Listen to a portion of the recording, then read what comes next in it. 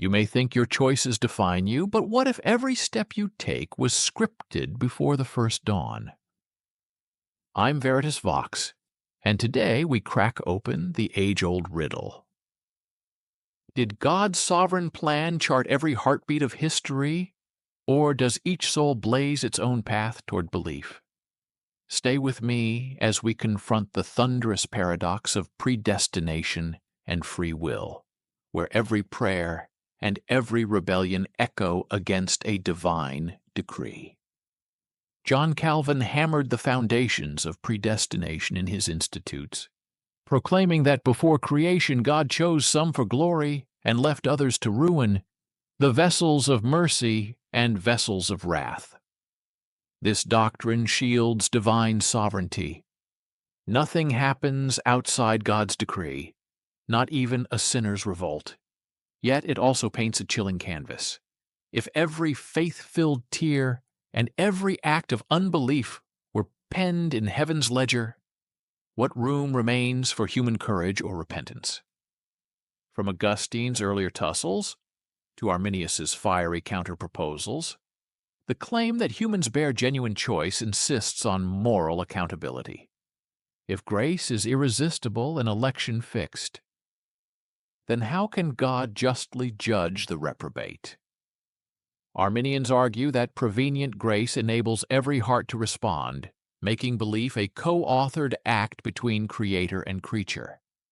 This perspective reveres human dignity, but it also risks placing ultimate power in mortal hands, challenging the notion of an all-powerful deity. In this collision of cosmic control and personal agency, the faithful stand caught between the comfort of a sovereign script and the exhilaration of a life unwritten. Calvinism's creed crystallized into TULIP, a mnemonic that cements predestination's doctrine, each point a rung on the ladder of divine decree. Total depravity. Humanity lies wholly ruined by sin, incapable of choosing God without sovereign initiation. If our will is shackled, who but God can unlock it? Unconditional election. God's choice rests on nothing in us. No merit, no foreseen faith. Revealing a grace that dazzles and terrifies. Limited atonement. Christ's blood secures only the elect, excluding the rest. Divine love flows in restricted channels, leaving many parched. Irresistible grace. When God calls, no heart can withstand. The Spirit's summons is an invincible wind. Yet if grace cannot be denied, what of genuine consent? Perseverance of the saints. Those elected cannot fall away. Their salvation is sealed. Comfort for the chosen, despair for the rest. These points form an iron framework, unyielding and majestic, but also uncomfortably tight. Together they enshrine a God who authors every soul's trajectory, leaving little room for the human spark of choice. At the crossroads of theology and philosophy, two camps clash over the nature of human freedom under divine sovereignty. Compatibilism argues that free will and divine determinism coexist. Our choices are free when they align with our desires, even if those desires are ordained by God. Thinkers like Jonathan Edwards held that necessity and liberty are not foes but dance partners under heaven's choreography. Yet this view risks relegating the will to a puppet stage, real on the surface, but strings tugged by an unseen hand. Libertarian free will insists that true freedom requires genuine alternative possibilities. Agents must be able to choose otherwise. Arminians and open theists champion this stance, claiming it upholds moral responsibility. But if God foreknows every choice, does that knowledge negate the possibility of genuine options? Or is divine foreknowledge simply a panoramic view of human freedom? This philosophical duel echoes in every sermon and prayer. Are we authors of our destiny, or characters in an omniscient script? The answer shapes our gratitude, our guilt, and the very meaning of faith. In 1618, the Dutch Reformed Church convened to settle Arminius's challenge and forged an indelible fissure in Christendom's soul. Delegates at Dort anathematized the 5 points of Arminianism, demanding subscribers to subscribe or be cast out. Churches deposed ministers who clung to free decree, while Arminian congregations splintered into exile. The canons proclaimed, any whisper of human cooperation in salvation was heresy. In that moment, theology leapt from academic disputation into stern ecclesiastical edict, branding millions as outside the circle of grace before they ever spoke a word of faith. Yet the synod's iron compass could not still the rumble of conscience. Underground pastors preached mercy with trembling tongues, comforting seekers who sensed a God too small to condemn at will. The après Dort world thus carried twin lineages, one claiming celestial certainties, the other nursing the fragile flame of human hope. When salvation is sealed before birth, what becomes of the soul's cry for mercy? Comfort for the elect. For some, knowing their names are written in the Lamb's book becomes the wellspring of worship. Sermons shout, once saved, always saved, and hearts rest in unshakable peace. Assurance blooms like a lily in the soul's garden. Despair for the forgotten. Others find themselves within shadow. If I was never chosen, every prayer is an echo in a void. Anxiety gnaws at believers who tremble over election's door, wondering if their tears ever mattered, if their faith was ever free, or only a divine mirage. Silenced prayers. The doctrine's logic can stifle petition. Why plead for mercy when mercy was dispensed eons before? Prayer slides into liturgical habit. Words recited, but hearts unmoved, as the mystery of divine affection hardens into the hardness of predeterminism. This pastoral paradox leaves the church divided between hymns of joyous confidence and silent wards of spiritual desolation, both born from the same decree that set the cosmos in motion. In the heat of revival tents and camp meetings, the cry rang out, "Whosoever will, let him come," a thunderous counterpoint to Calvin's quiet decree. The Great Awakenings, 18th and 19th century revivals swept America and Britain, preaching an immediate, personal choice for salvation. George Whitefield's impassioned appeals, "Now is the time," today, galvanized multitudes, insisting that every soul held the power to respond. These gatherings celebrated free will as the heartbeat of revival, casting Calvinist solemnity aside in favor of enthusiastic decision. Methodist Arminian zeal. John Wesley preached holiness for all, emphasizing prevenient grace that enables every human to choose God. Campfires became classrooms of liberty, where songs echoed the joy of a will unshackled, defying the chill of predestination's fog with the warmth of personal encounter. Pentecostal promise. Early 20th century Pentecostals championed the Spirit's baptism, an experience available to every believer. Their theology blurred election into empowerment, offering dynamic proof of choice, tongues of fire, rather than the ink of ancient decrees. In these movements, freedom wasn't theoretical but a felt reality, propelled by drums, shouting, and fervent invitation. Yet revival's roar carried its own tension. If every sinner could choose, what of the elect who remained unmoved? The collision of mass conversion and divine election forged a new paradox. Collective enthusiasm meeting individual foreclosure. From Tulip's hushed halls to YouTube's glitzy stages, Calvinism has reinvented itself. embracing technology to reclaim hearts for decree. Digital doctrines. Influencers like John Piper and Tim Keller leverage podcasts and social media to teach sovereignty of God to millennials. Calvin's institutes meet Instagram reels, each point of tulip distilled into shareable sound bites and slick graphics, wrapping ancient rigor in modern appeal. Worshipping the will of God. Megapastors emphasize God's sovereign will in every sermon, reminding congregants that their joy, suffering, even punching their alarm clocks, align with divine plan. The message, rest in knowing nothing is accidental, even your Sunday yawns. Controversies and backlashes. Critics decry New Calvinism as theological narcissism, privileging the elect's comfort over evangelistic urgency. Young adults wrestle with assurance and apathy under sovereignty's shadow. If their choice was made before they existed. What spurs genuine discipleship? Some leave churched communities in search of spontaneous faith, free from predestinarian grammar.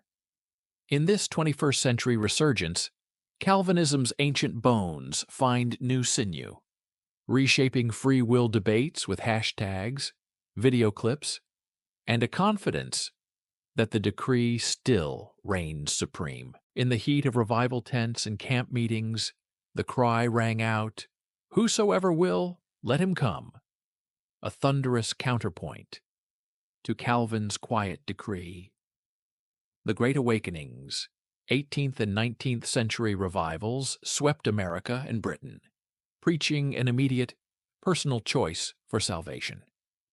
George Whitefield's impassioned appeals, "Now is the time," today, galvanized multitudes, insisting that every soul held the power to respond. These gatherings celebrated free will as the heartbeat of revival, casting Calvinist solemnity aside in favor of enthusiastic decision. Methodist Arminian zeal. John Wesley preached holiness for all, emphasizing prevenient grace that enables every human to choose God. Campfires became classrooms of liberty, where songs echoed the joy of a will unshackled, defying the chill of predestination's fog with the warmth of personal encounter. Pentecostal promise. Early 20th century Pentecostals championed the Spirit's baptism, an experience available to every believer. Their theology blurred election into empowerment, offering dynamic proof of choice, tongues of fire, rather than the ink of ancient decrees. In these movements, freedom wasn't theoretical but a felt reality, propelled by drums, shouting, and fervent invitation. Yet revival's roar carried its own tension. If every sinner could choose, what of the elect who remained unmoved? The collision of mass conversion and divine election forged a new paradox. Collective enthusiasm meeting individual foreclosure. From Tulip's hushed halls to YouTube's glitzy stages, Calvinism has reinvented itself, embracing technology to reclaim hearts for decree. Digital doctrines. Influencers like John Piper and Tim Keller leverage podcasts and social media to teach sovereignty of God to millennials. Calvin's institutes meet Instagram reels, each point of tulip distilled into shareable sound bites and slick graphics, wrapping ancient rigor in modern appeal. Worshipping the will of God. Megapastors emphasize God's sovereign will in every sermon, reminding congregants that their joy, suffering, even punching their alarm clocks, align with divine plan. The message, rest in knowing nothing is accidental, even your Sunday yawns. Controversies and backlashes. Critics decry New Calvinism as theological narcissism, privileging the elect's comfort over evangelistic urgency. Young adults wrestle with assurance and apathy under sovereignty's shadow. if their choice was made before they existed? What spurs genuine discipleship? Some leave churched communities in search of spontaneous faith, free from predestinarian grammar. In this 21st century resurgence, Calvinism's ancient bones find new sinew, reshaping free will debates with hashtags, video clips, and a confidence that the decree still reigns supreme. From tragic novels to blockbuster films, creative voices have wrestled with the tension between fate's chains and freedom's spark. Literary laments. In John Milton's Paradise Lost, the angel's rebellion against divine decree mirrors human angst. If cosmic roles are foreordained, rebellion itself becomes part of the plan, robbing it of meaning. The tragedy lies in sinners' search for culpability in a universe scripted by God. Modern cinema, films like The Adjustment Bureau, dramatize a world where celestial architects manipulate every choice, only to be defied by love. The hero's struggle suggests that choice itself might be the true miracle, worth fracturing the divine blueprint. Visual art. Painter. Odd Nerdrum's canvases often depict stoic figures confronting an unseen force, suggesting human fortitude against a determined cosmos. Their clenched fists and upward gazes speak to a will that refuses to yield to predestination's weight. Theater's mirror. Plays like C.S. Lewis's radio drama, The Great Divorce, explore characters' ability to choose heaven or hell, implying that, despite divine foreknowledge, the soul faces authentic options at eternity's threshold. These cultural artifacts don't resolve the debate. They dramatize it. They remind us that at life's crossroads, art captures the soul's yearning for agency against the hush of divine script. If every choice were ordained, can we still hold anyone accountable? Or does morality collapse into cosmic theater? Moral agency. Compatibilists argue that even in a determined universe, agents act freely when their internal desires align with their actions. Thus, a thief chooses to steal because his character, shaped by God, drove him. But can justice fairly punish a soul whose very character was authored by another? The problem of evil? If God ordains every event, did he ordain the Holocaust, the gulags, and every atrocity? The Odysseys struggle to explain how a sovereign plan includes gratuitous suffering. Free will defenders point to moral evil as evidence of genuine choice. But if God foreknew and foreordained, the distinction blurs. Existential freedom. Existentialists like Sartre claim radical freedom, even condemned to be free, insists that we craft meaning through choices. Predestination undermines this freedom, leaving individuals adrift in a divine script they never wrote. Yet existential angst may be salvation's imperative, call to affirm freedom even under cosmic constraint. Redemptive responsibility. Some theologians propose that predestination doesn't negate responsibility but amplifies grace. Knowing we cannot save ourselves, we live with deeper humility and gratitude. Our actions gain eternal weight, not because we chose them in a vacuum, but because they flow from a heart rendered free by divine initiative. This philosophical reckoning forces us to confront: if destiny is designed, why does conscience rebel? And can our moral fabric hold together when woven by hands we cannot see? As tradition wrestles with predestination's hard edges, new theologies emerge, recasting divine foreknowledge and human freedom as dance partners rather than rivals. Open theism's dynamic. God. Open theists propose that God, in love, limits his foreknowledge of free actions to preserve genuine choice. The future remains a tapestry with open threads. Here, divine omnipotence embraces risk. God waits to see which way hearts will turn. responding in creative interaction rather than executing a pre-written plan. Molinism's middle knowledge. Luis de Molina introduced Scientia Media. God knows what any free creature would do in any circumstance. This middle knowledge allows a sovereign plan woven around genuine human decisions. The result? Foreordination without coercion, a symphony where divine composer and human musicians improvise together. Process theology and kenosis. Process thinkers suggest God self-limits, entering creation as co-sufferer rather than distant architect. Divine power flows persuasively, not coercively, inviting creatures into a cosmic partnership. Salvation becomes a call to co-create hope rather than fulfill a fixed script. These emerging frameworks stretch the canvas of divine human interaction, offering paths beyond Tulip's rigidity, where love's risk becomes the hallmark of a God who refuses to reign alone. We stand now on the razor's edge between God's unbreakable script and the wild improvisation of human choice. Every heartbeat, every prayer, every whispered doubt echoes across this chasm. Do we bow before a sovereign who penned every star and syllable in our lives? Or do we blaze our own trails, risking rebellion for the sake of authentic freedom? This is the stage upon which our souls perform their final act. Embracing the paradox. To live here is to hold two truths that seem to tear at each other, that God ordains and I choose.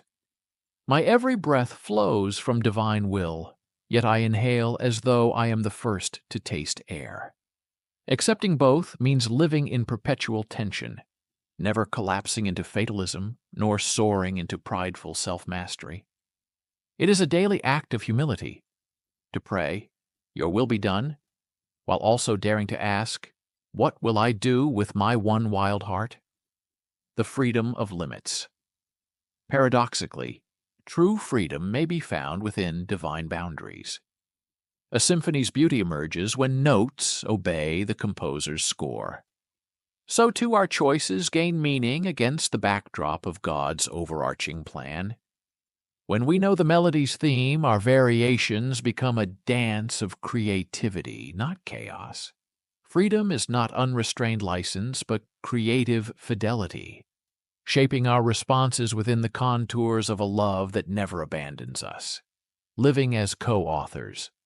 Imagine Scripture not as a closed book, but as a living manuscript, written by author and audience alike.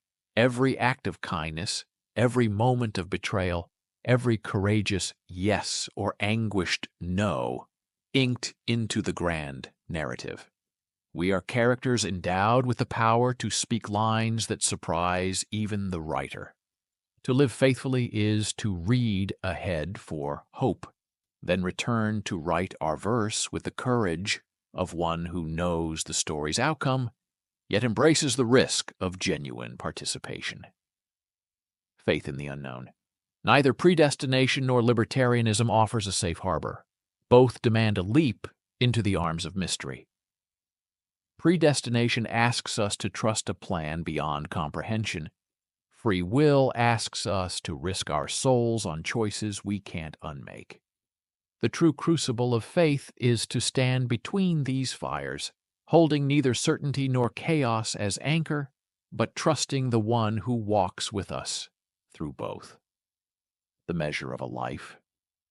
When history's final page turns, will our legacy read as dutiful execution of a divine script, or as the wild flourish of a spirit that danced with risk? Perhaps the answer lies not in the answer itself, but in the posture we assume today, leaning into both God's sovereignty and our responsibility with equal reverence. In that stance, every moment becomes sacred, an invitation to co-write eternity with our choices, our prayers, our very breath. You now hold the keys to this mystery, but no roadmap. My charge is simple yet profound. Live this paradox. Let it be the crucible in which your faith is forged the tension that refines compassion, and the mystery that fuels your awe. Morning's first thought. Begin each day acknowledging two realities. I stand in God's plan, and I choose my path. Let this dual confession shape your decisions, knowing each choice matters because it writes into a story that both you and God cherish. Moments of pause. When faced with a crossroads, ethical dilemma, career shift, or personal crisis, resist the urge to retreat into either fatalism or frantic self-will. Instead, breathe deeply and whisper, "Author of my soul, what direction shall we take today?" Then act, trusting that both your desires and your fears are known by a heart that loves you. Embracing others' freedom. Honor the choices of those around you, even when they chart a course you don't understand. Recognize that every person is a co-writer in this cosmic manuscript, worthy of respect, compassion, and the space to discover their own verses. Dancing with doubt. Let doubt be not your enemy, but your companion. When certainty crescendos into dogma, welcome doubt to play its soft counter-melody. A reminder that faith thrives in mystery, not in the sterile halls of unchallenged conviction. A legacy of love. Ultimately, the measure of our embrace of this paradox will be the depth of our love. Sovereignty without compassion becomes tyranny. Freedom without love becomes chaos. But together they alchemize into a love that reflects God's own heart, sovereign yet vulnerable, free yet bound by sacrificial devotion. I am Veritas Vox. May you carry this living paradox like a lamp, illumining your path and the paths of those you meet, revealing a faith that neither binds nor abandons, but dances freely within the embrace of divine mystery.